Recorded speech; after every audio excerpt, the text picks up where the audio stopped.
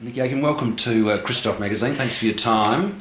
Now, your career seems to be in explosion mode in terms of opportunities. Tell us a little about, firstly, a little bit about the International Cabaret Conference coming up at Yale and how that came about. Okay. Catherine Campbell, who is one of the Adelaide cabaret artists who are around at the moment, she went to the Yale conference back in 2006, I think it was. And so I heard about the conference through her and did a little bit of research online and found that it was an amazing conference, 9 days of intensive training in cabaret with 17 of America's best musical theatre and performers and cabaret performers and musical directors, and so I thought, well, I would like to go there, and I kind of sent them my link to my website, which had some YouTube videos and reviews and things on there, and said, this is my stuff, this is who I am, would you accept this as an audition? And they did, and there I go, off I go.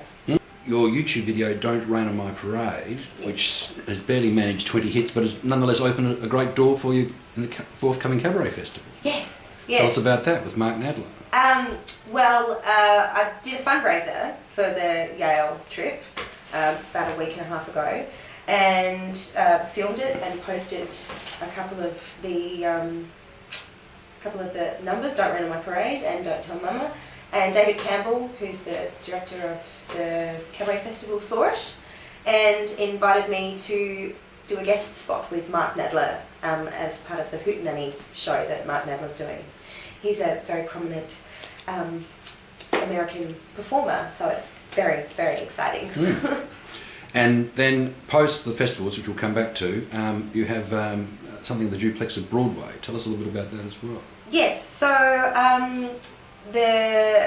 I emailed the directors of the Yale course and just said I'd be interested in doing a show while I'm in New York, because I'll be there for 10 days before the course starts. And he said, sure, I'll book you a place. I used to own this club down in Greenwich Village, and I have a great relationship with the guy down there, so I'll see if he'd like to have you, and we'll go from there.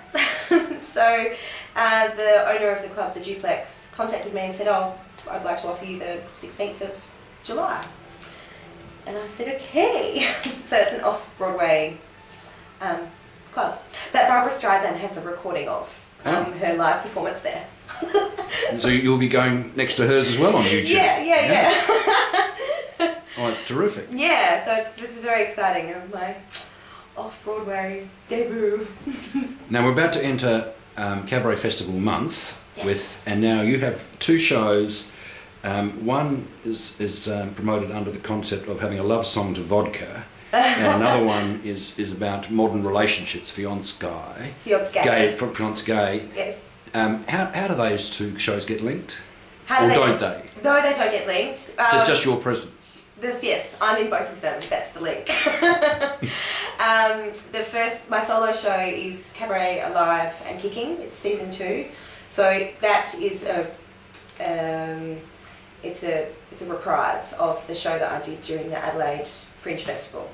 So it was nominated for Best Cabaret Show, so people enjoyed it, and I'm putting some new material in it as just to test out some new material for New York and for the Yale course.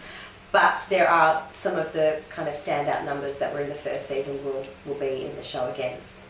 And Fiance Gay is a collaboration with Lockie Rickus, and he and I are just commenting on modern relationships, basically. Straight girl, gay guy, how do they end up at the altar together scenario.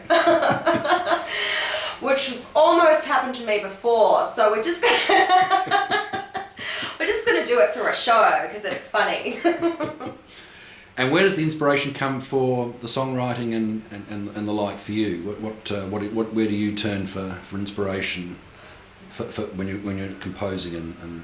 The modern composers of America, actually. Jason Robert Brown has been a huge inspiration to me. Stephen Sondheim.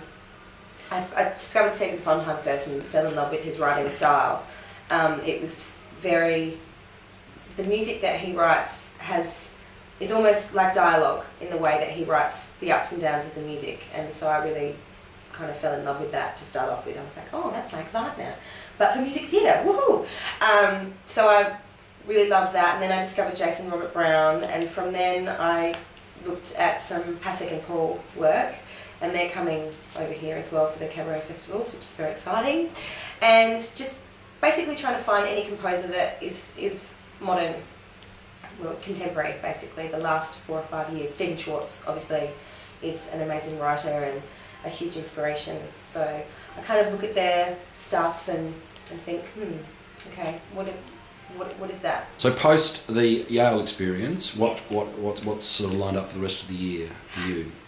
So far there is the Sydney Fringe Festival, which is curated, and we've been invited, Fiancé, that show has been invited to be included in that at the Seymour Centre, which is very exciting, and I don't know as yet.